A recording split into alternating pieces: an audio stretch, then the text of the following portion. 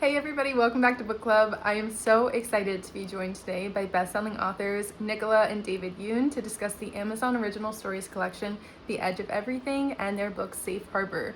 Thank you so much for joining me today, Nicola and David. Thanks for having us. Thank you for having us. We are looking forward to this so much. Me too. So you're married and you're both best-selling authors, and this is somehow the first story that you've ever written together. Yeah. So my question is, why now and why this story? Oh, man. We have been married for 24 years, a long 24 years, time. yeah. And we met in graduate school, actually. So you would think that we would have done this before, but we have not. Yeah, I mean, we talk about story all the time, and we have since we got together. Yeah. But But it's just been like, like sort of the practicalities of having like a 14-year-old child and having separate careers. And we And keep having- saying, oh my God, we want to do this, but we want to do this. And then But there's like my stuff to write, and you've got your stuff to Yeah. write. And then Elizabeth and Amazon approached and we were like, look, right now is the time. Like I had just turned in a thing. Yeah. He was at a break on his thing, and we're like, now's the time. We got to take advantage, and we did it. yeah. Is there anything about Safe Harbor in particular or the coming of age themes that really drew you to the collection? I mean, we both started in YA, and we have a huge soft spot for YA stories and coming of age because, I mean, I vividly remember what what it was like to be a teenager and experience everything for the first Sometimes time. Phil is a teenager. Is a teenager. Let's see my sense of humor. It's true. But yeah, the idea of compressing a coming of age story in the span of one day, which is what happens in the book, was really kind of cool. We were sort of drawing inspiration from like, do you remember that old movie, The Breakfast Club? Oh my God. Yeah. It's like, yeah, We've been showing Penny, our little girl, like these old movies, and Breakfast Club was one of them, and she really loved it. And when we decided to do this, we were like, well, Breakfast Club, but like kids of divorce. I Yeah. mean, but let's you bring know, it to it's- them. Yeah, yeah, it's like an intense experience.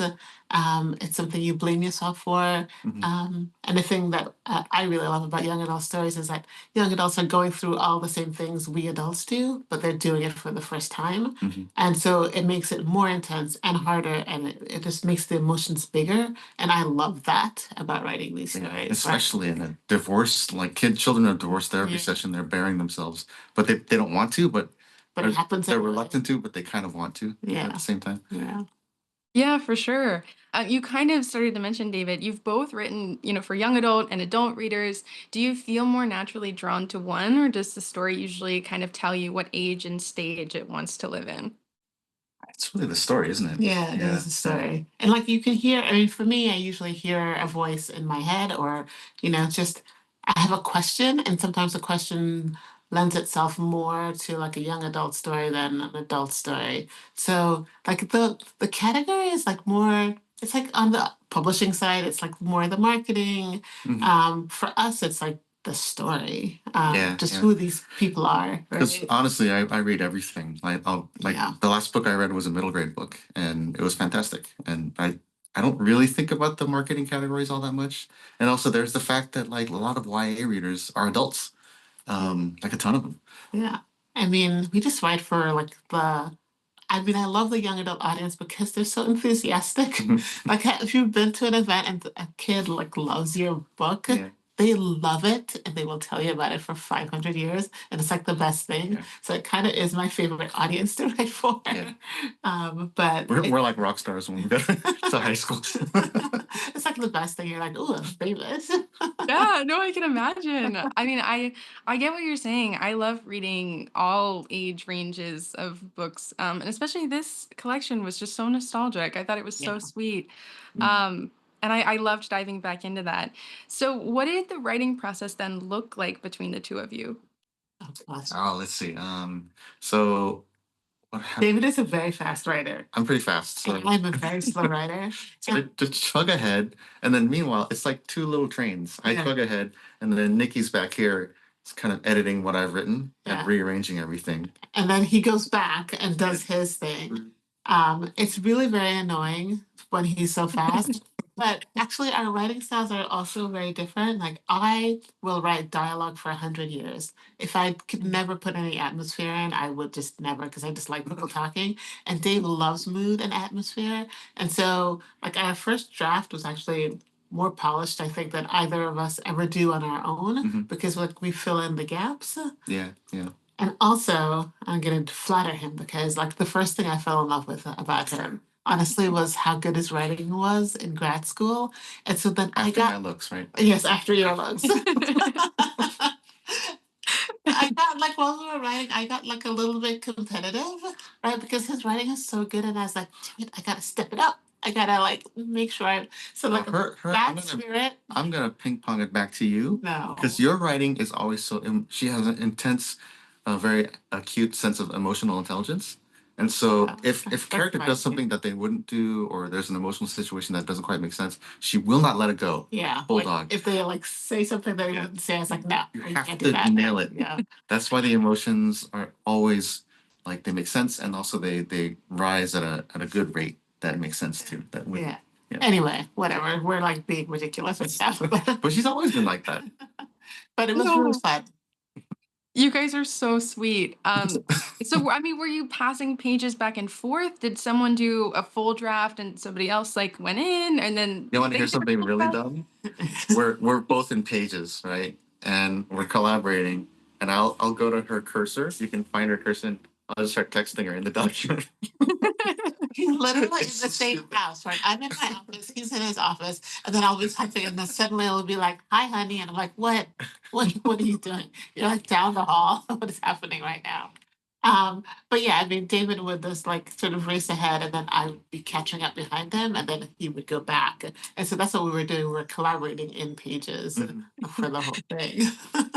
That is so fun. I think that's so sweet. I love that so much. Or do you think you guys are going to then write more together like this? Did you? We're actually, we were on the hook for a screenplay, and so we've been working on that, and that's been a lot of fun too. Similar process, where we just take different parts and then work on each other's parts afterwards, and yeah, It's been try to find out what's funny and what's not funny. I mean, at the beginning we were talking about how long we've wanted to do this, and now that we have done it, I think we have a taste of it, It- you know? Now we know how to do it. Right. I don't think I realized how fun it is to collaborate, how fun it would be to collaborate with someone. And I don't think I could do it with anyone. I think I could do it with David. Because writing is otherwise very lonely. Mhm. You're just sort of in your room. It does kind of like take some of the pressure off It because does. you have someone to sound ideas off of. Yeah. Yeah, so it's kind of nice. Yeah, so maybe this is what I do now. I love that. So if someone is new to short stories, why do you feel like The Edge of Everything is such a good place to start? I mean, if you love coming of age and just love in general, then you have like this grab bag to pick Mm. from like truly fabulous writers, right? And I think the thing that is always amazing about writing is that you can say write a coming of age story to six different people, and you'll get six different like brilliant stories, but it's all the sort of same feeling. It's all a peek into everyone's lives. And it's a quick peek too, right? So like if you are one of these people that just does not have time for like the full on novel, then this is fabulous. Mm-hmm. Exactly. And like if you're like me and you read for like 30 minutes to an hour before bed, then a short story is like perfect. Yeah. It's a gulp. Yeah. Yeah, that's the best. What do you hope stays with readers after they turn the last page of Safe Harbor?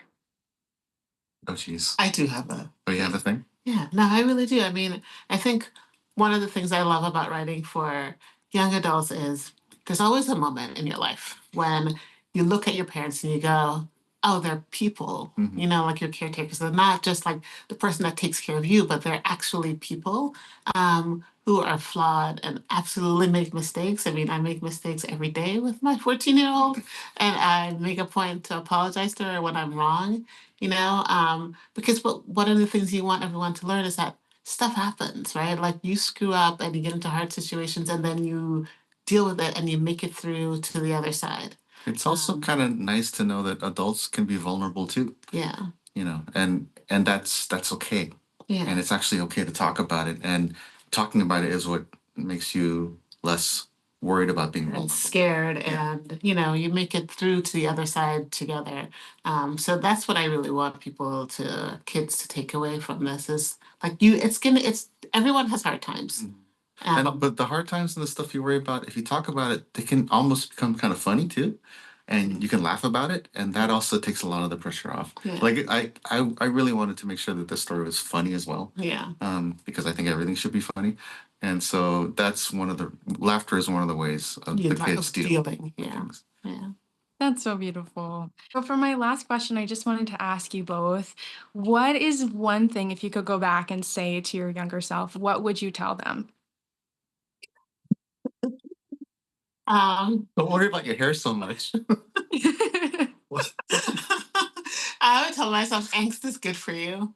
Because I was such an angsty kid. I realized like Nirvana all day, just like so much angst. And I would worry about the angst. But angst is good for you. Asking like questions, like the big questions, that's it. That's what you should be doing. Okay, you don't absolutely do not have to have the answers, but asking is important. And the thing I would tell my past self would be um, write or play music or make art as if it doesn't matter, like as if no one's watching. Because no matter how old you get, that's still the way you make art is to make good art is not worry about what other people will think, how many likes you'll get, how many followers you have. Just do it for yourself. Yeah. Yeah. That's good. That's good advice to your younger self. Also, your hair is fine. God. Gonna say, I mean, I care about my hair a lot still, I think. But I do too. It's good. well, thank you both so much. This has been such a treat for me. And I just appreciate you so much joining me today. You are great. You are like light sunshine. Yeah. People who love books are the best. Yeah.